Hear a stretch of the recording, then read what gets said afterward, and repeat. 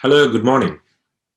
I'm Ashok Kurokode, consultant rhinologist and anterior skull-base surgeon from Winchester and University Hospital, Southampton, UK.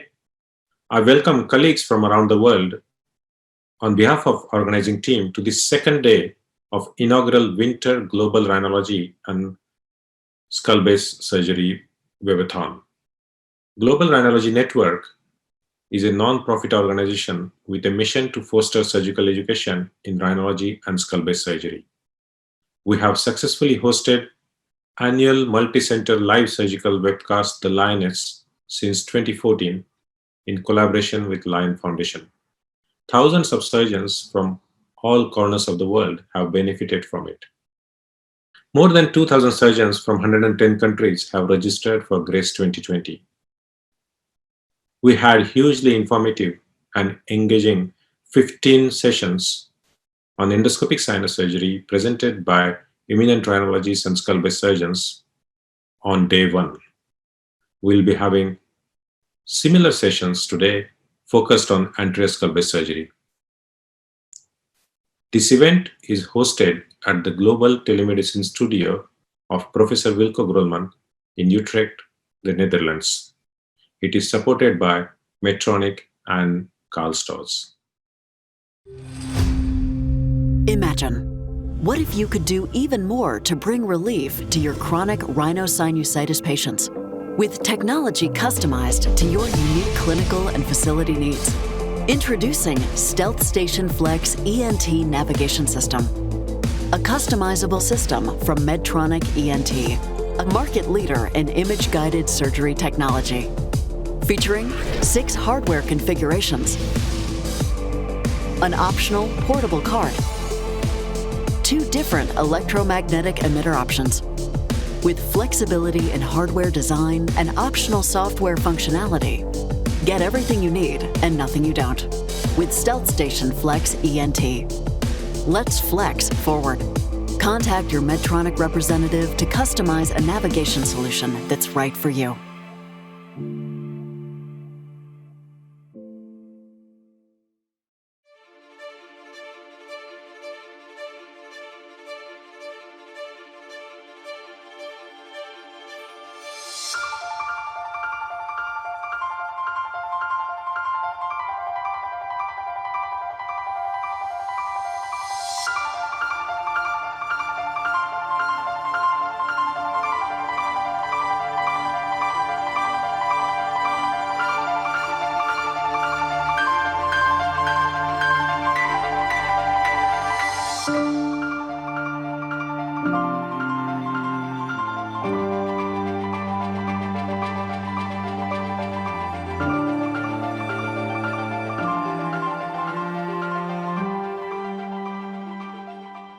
It's now a pleasure to introduce Professor Cem Meco. He is professor and chairman at the Department of Otolaryngology, head and neck surgery in Ankara University in Turkey, as well as a faculty of the Department of ENT, head and neck surgery in Salzburg at the Paracelsus Medical University in Austria. So you already can guess that he is bilingual.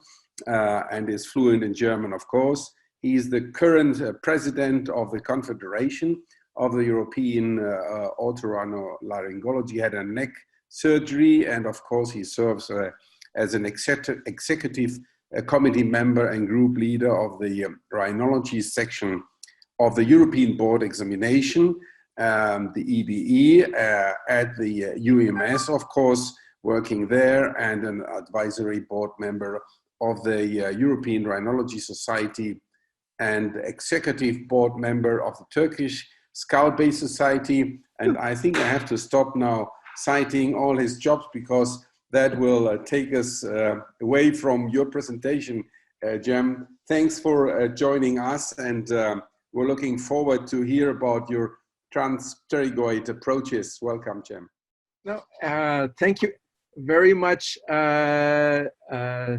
Manuel, for the kind introduction, but the topic has been changed, probably not in your notes, to the management of Petrous, benign Petrous apex lesions. Thank you very much again for the kind introduction. It's a great pleasure to be with you again and be a part of this webinar among other speakers and friends and teachers, all great masters that I am always inspired and continues to learn from them. Ashok, congratulations for the webinar. It's a great program since 2 days. I couldn't leave the screen since 2 days. Really, it's great. And once again, thank you very much for the kind invitation to give us the chance to share our experience on how we do manage benign Petrous apex lesions in our practice and how it has evolved actually throughout my practice, at least throughout a timeline in the last 20 years. So I will continue to declare that I have no conflict of interest apart from being the president of the Confederation of European ENT Society, as Manuel have mentioned. And using this chance, I'd like to invite all the attendees to our next Congress, the European ORL-HNS Congress in Milano. Due to the pandemic, we have changed its timeline to late autumn 2022. Please save the date for Europe's biggest event. We are looking forward to meet all of you there in person, hopefully soon. So talking about the benign Petrous apex lesions, there are actually uncommon pathologies, and the most common primary benign lesion seen is the cholesterol granuloma. We can also encounter cholesteatoma and mucocele in that region. When we talk about the cholesterol granulomas, we can mention that these are actually chronic inflammatory foreign body granulomatose reactions induced by cholesterol crystals, and they slowly expand and erode bone and compress adjacent soft tissues like cochlea, internal acoustic canal, or the due to the region cerebellopontine angle. So to talk about roughly, their symptoms are rather neurologic than otologic, although it is a disease within the temporal bone. Generally, patients do present with a headache or cranial nerve deficits or with hearing loss. The diagnosis is made due to its location primarily by radiologic imaging with CT and MRI. And if you do think about the cholesteatoma, you can also ask a non-epi diffusion weighted MRI to confirm the diagnosis.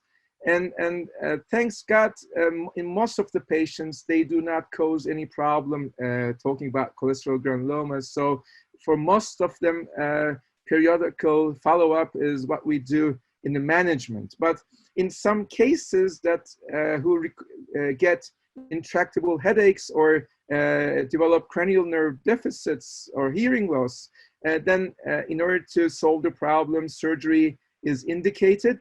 And whenever it is indicated, then we need to choose our approach to that very difficult to reach area. Oops, it's not, okay. Here I can show one example of a cholesterol granuloma on the temporal, on the Petrous apex. This is the internal carotid artery, the horizontal portion. This is the lesion.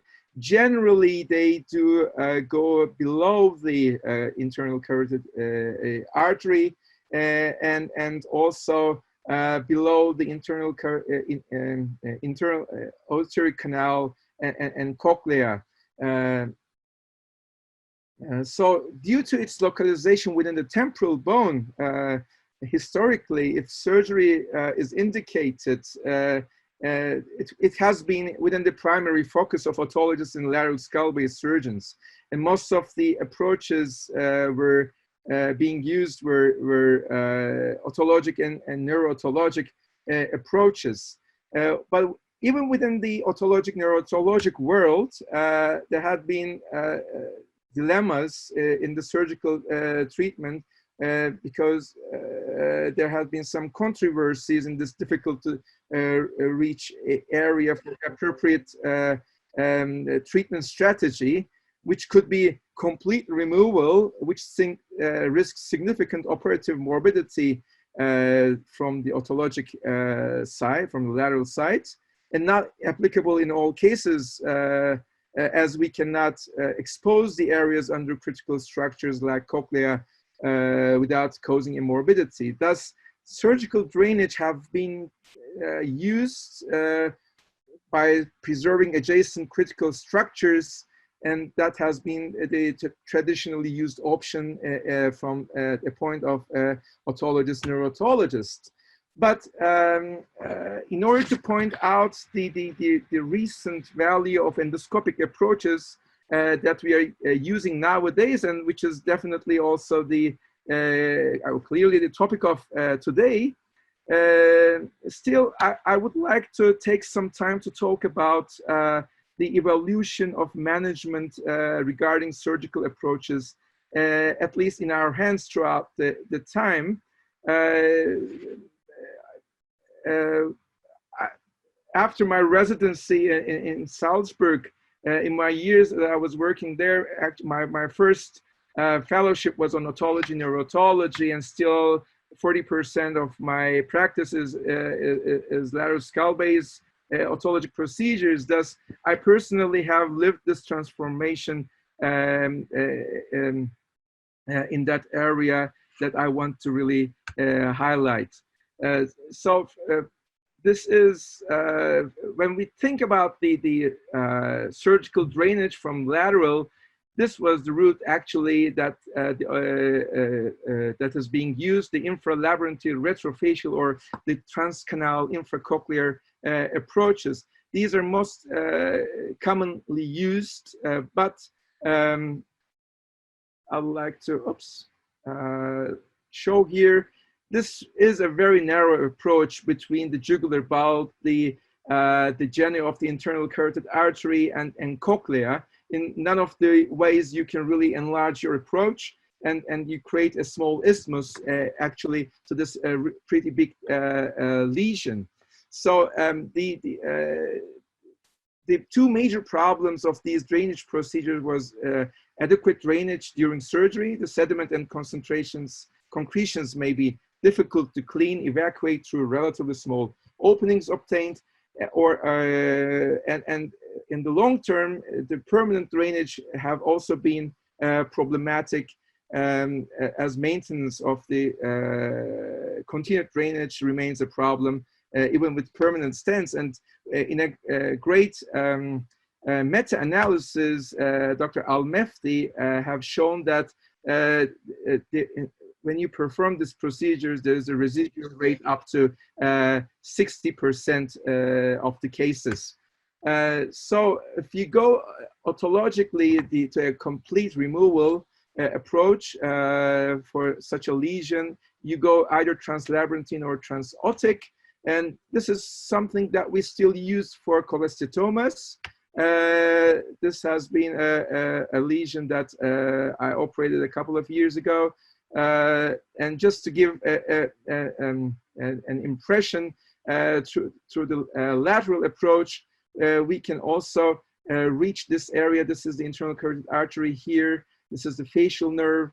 And from the Petrous apex, the lesion has been taken out. We can still use the endoscopes to check. This is the internal acoustic canal. This is the Petrous apex, the carotid artery here.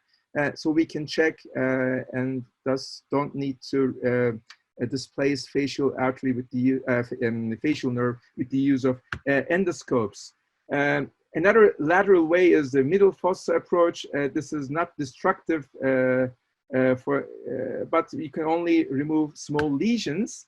Thus, to rule out, this is a scenery from a typical middle fossa approach where you see the lesion below the internal carotid artery and the internal auditory canal.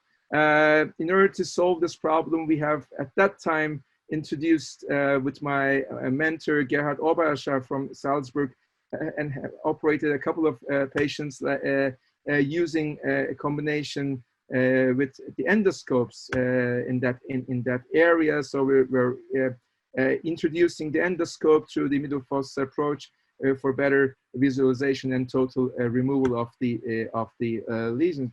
Just to give an insight of what to make a value of what we are doing today with the endoscopic approaches through the nose. I just want to show some scenery from these lateral approaches. So this is the internal carotid artery here. The cochlea will be here. So we remove this first compartment, then we go more anteriorly and do anterior petrosectomy. This is the greater superficial petrosal nerve and the carotid artery, and then we gonna drill and really remove also from the anterior portion. The neurosurgeons call this a Cavazzi approach, and then we do introduce our 45-degree endoscopes to look below the internal carotid artery anteriorly to remove all the other rest sediments, as you can see here. And then after removing that portion, we can turn it back and control this time the area below the cochlea and internal acoustic canal, and remove the sediments here with using curved instruments that at that time we have used the Heuwiese from our facets. And then reconstruction with temporalis flap. At that time, we have operated a couple of patients like that, but just about that time, the anterior approaches have emerged with using the endoscopes with the extended use of endonasal approaches. So these both neurotologic approaches was not the real solution for the problem in our hands. So we can also come for the same lesion anteriorly to drain. And here I'd like to share one of the first cases that we have done. As you can see, the internal carotid artery have been suspended, and on the CT you see here a small bony lamella. So during the approach, we just come over that area and drill and open. This is the internal carotid artery, and try to get the biggest opening. And at that time, we have chosen the laser to vaporize the medial portion of the cysts wall, and then at the end we do wash inside and get all the sediments away, and put a stent there, which you can also see just which we left there for some time. So later on, we have realized that we can drill more and reach these lesions, as you can see. But in order to enable a better protection of the internal carotid artery, we have started to first develop a nasoseptal flap, and do our approach and check exactly the place where we should be really drilling just on top of the lesion, and then we just create the biggest possible opening, and then open it and wash out all the sediments and create the biggest possible opening, and it also introduce a stent later on. So I'll just proceed. Okay. So again, the same stent, and this is the post-operative third month as we take the stent away. As you can see, with the nasoseptal flap protecting also the internal carotid artery, we can really have a very nice opening and aeration that really solves the problem much more better than the lateral otologic neurotologic problems. There are naturally other lesions like this mucocele, which also compresses, as you can see here, the internal acoustic canal and cause problem symptoms for the patient. But as you can see, this mucocele actually also dissects the way into the sphenoid sinus. After preparing the nasoseptal flap to use later on, we just perform the sphenoidotomy. As you can see, by just opening it, the whole pressure goes away, and then we can really enlarge our sphenoidotomy and also take out the onodicell up at the upper portion, and then remove all the sediments in the mucocele, and enlarge again our approach to the largest. And here you can see that the mucocele, through the pressure, the covering, bony covering of the internal carotid artery is also not there. So we use at the end of the procedure, we wash in, we can get all the sediments out, and look with the angled endoscopes up to the level where the internal acoustic meatus is, and then just place our nasoseptal flap onto the lateral sides where the internal carotid artery is. And what I believe is that due to the mucociliary clearance present on the flap, this really also helps to drain actively these cavities. So this is the postoperative CT. As you can see, it's very nice. The bony covering is not there of the internal carotid artery, but our flap is covering that. This is the coronal scans, again showing the extent of the aeration, and these are the T1 and T2 scans. And this is the postoperative view. As you can see with the angled endoscope, there is no secretions, nothing, and I assume that they are actively transported with the nasoseptal flap. So this is another case causing again neurologic problems, and it would be much more difficult to reach this lesion perhaps over here with a small isthmus through the lateral axis, but although it is really very deep inside,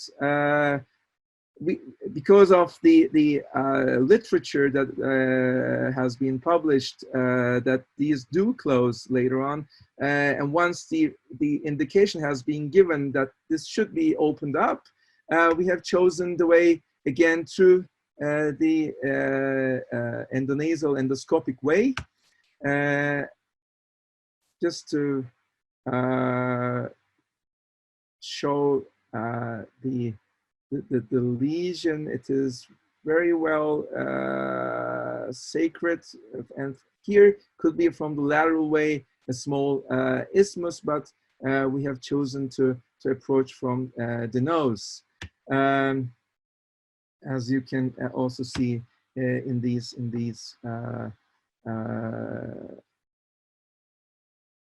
scans, preoperative MRI, axial sections.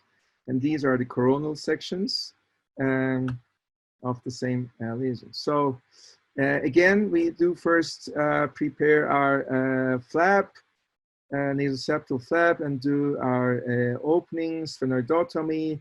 And this time we are using the navigation system, what we normally use for the pathways for the frontal sinus. This time we are using for the Petrous apex. So we mark beforehand. Also, as you can see, the internal carotid artery here. So along the case, when we approach those, we're gonna be really seeing with augmented reality where the internal carotid artery is and where the as you can see, oops, okay, the internal carotid artery, and this will be our path, because this time we gotta be really drilling a lot into the Petrous apex, and after some portion of the surgery, in order to be able to drill laterally, we are using the frontal sinus burrs, the very curved ones that we normally use for the frontal sinus, because the straight big burrs would not be adequate to reach that area. Again, we are checking and approaching, and this is it's opened. Again, we create the biggest, largest opening that's possible in that region.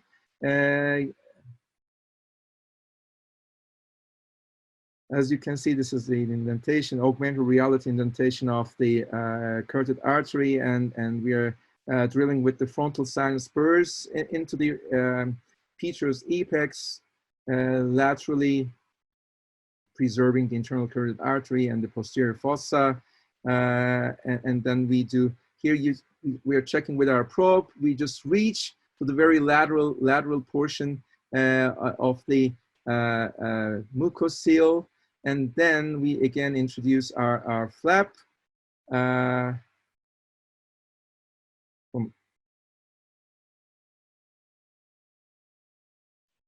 And also put a silastic sheeting, which we leave that there. This time we have left it for 3 weeks. And as this is exactly after taking it, and even in 3 weeks, it's a very nice, very good healing. And I just show the postoperative 1.5 years. Oops. Here, as you can see, it's still intact, working very well, and the epithelialization is really perfect. So the lesions from the Petrous apex can also go more anteriorly into the infratemporal fossa, like this cholesterol granuloma, which goes really very lateral, and even one can approach this through transpterygoid, transmaxillary transpterygoid route. But here you can see that the whole lesion, again, actually there is a little bony lamelle, because our aim is only to aerate and drain the region. And here if we just drill this portion here, we can again achieve the same result. And as you can also appreciate, there were really big vasculature also on the anterior portion due to stasis probably of the pterygopalatine fossa through the pressure that is there from the infratemporal fossa. So I just go directly to the surgery after doing the standard. Oops, oh, it's blocked. Sorry, this is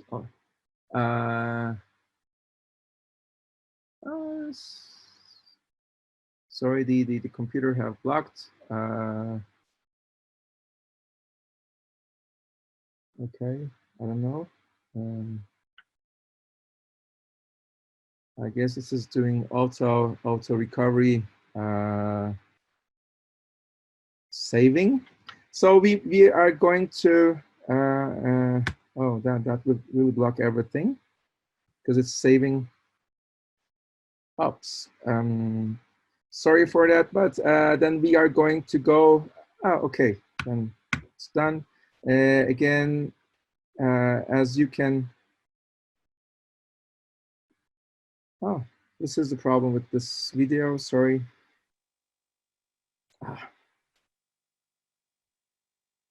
Shouldn't be redoing because probably it's too big.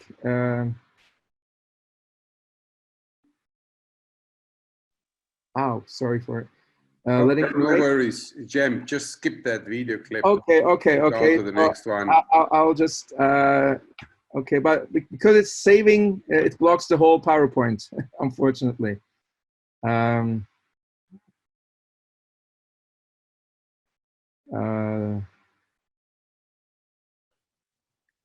Perhaps while this is going on and we wait. Okay, now okay, I'm done. Okay. So we can exactly get that bony lamella from the sphenoid sinus, and you see it here how it is well aerated, also up to the level of the lower portions, and this is post-operative second month of the same patient. So in that case, we also put a nasoseptal flap, and that also have healed very nicely, as you can see inside.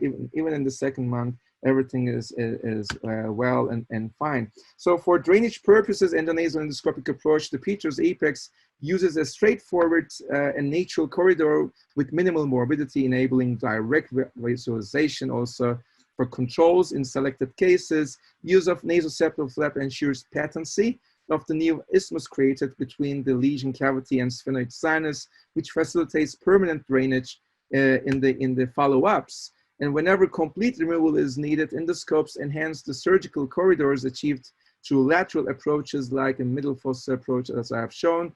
In selected cases with low-grade Petrous apex tumors that require complete tumor removal, anterior endoscopic approaches can again be successfully utilized to achieve removal with minimum morbidity. Just to give an example to that, this is a chondrosarcoma of the Petrous apex. As you can see here, the lesion going a little bit superiorly. This is the MRIs, preoperative MRIs of the lesion, exactly in that area. So this was a case that we have operated with one of the neurosurgeons, Dr. Unle, in our department. So this is a pretty old case. So we do this opening sphenoidotomy, and exactly on top of the lesion, we do then do our approach, open the tumor, then using a four-handed technique, we do remove.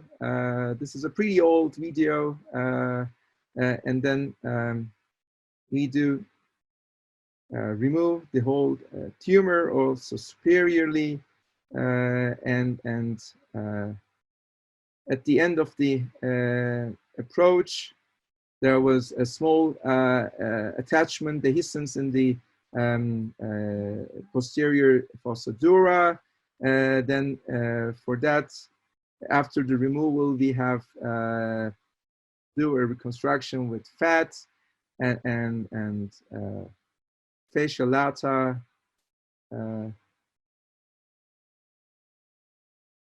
nowadays we would use the nasoseptal flap. This is a pretty old video, but this is the post-operative CT and the MRIs. We're following up the patient with no recurrence. This is the fat reconstruction. I'd like to thank our collaborators in our department in otolaryngology, but also in neurosurgery. We have a magnificent team that we all cooperate together. And at the end, I'd like to again remind the Europe's biggest event, the 6th Congress of European ORL-HNS Society in Milano in 2022. But just to see each other in person before, as member societies of our confederation, we have also the ERS meeting in 2021 and the ASBS meeting in Saloniki and in Riva del Garda in Italy. I hope this pandemic goes away and we can meet with our colleagues once again in good health. Thank you very much for your attention, Manuel. Thank you very much, Cem, for your presentation. There are a couple of questions, but I was wondering whether we had a mini poll going on, and we should do that and reply to the question. Ashok?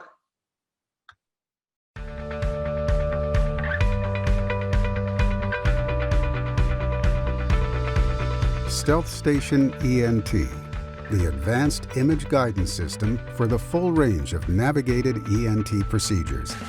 Engineered with you in mind, based on decades of scientific, clinical, and engineering expertise, we're expanding what was previously possible with image-guided surgery. Flexible and elegantly designed, Stealth Station ENT streamlines the workflow so you can maintain focus. The flat, under-the-head emitter allows for an efficient setup. Its design allows for a large EM field. Easily find your patient's exam through a variety of network options, super speed USB or optical disc. The visualization and modeling features give you the perspective you need. Leverage data from multiple sources to create high-resolution 3D images. View structures and pathology with high fidelity. Registration expertly matches the three-dimensional positioning of the patient with the preoperative images used for navigation. Patient registration combines registration methods and provides numerical and visual accuracy feedback. Leverage the latest technology for advanced surgeries. See more, do more. The result? You have an image-guided perspective like never before. With Stealth Station ENT, you're at the forefront of ENT surgery. You are Stealth.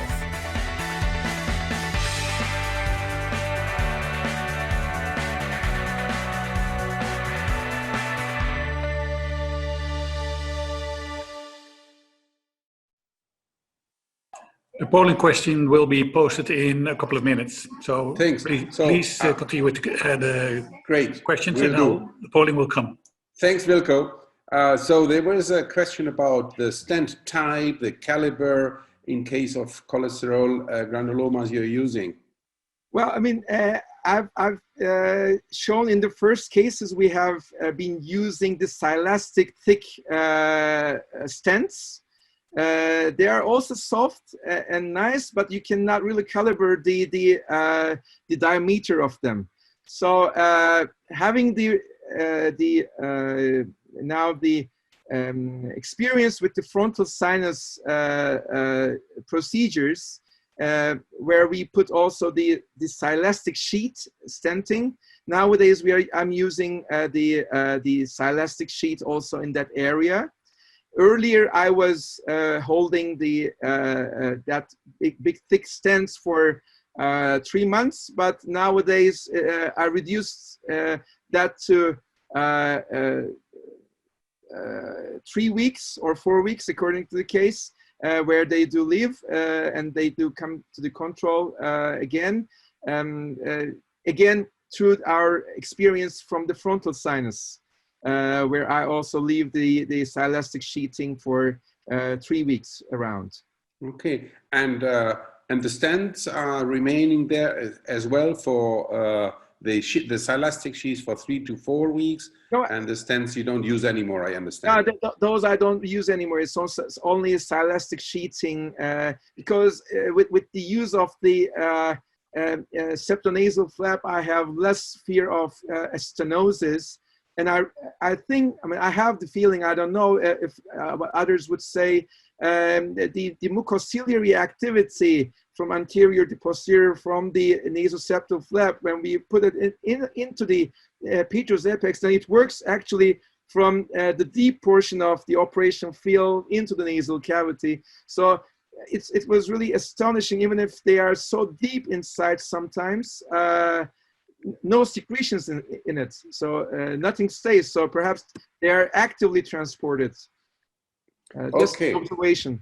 Okay, I think one of the major issues of having an approach to the tip of the temporal bone there for cholesterol granulomas is that whenever the sphenoid sinus is well pneumatized, it's probably more easy.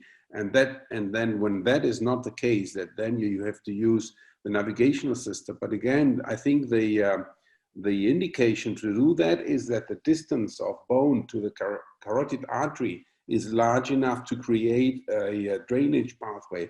Otherwise, we have to look for alternatives. Is that correct? Exactly. Actually, that has to be taken care of.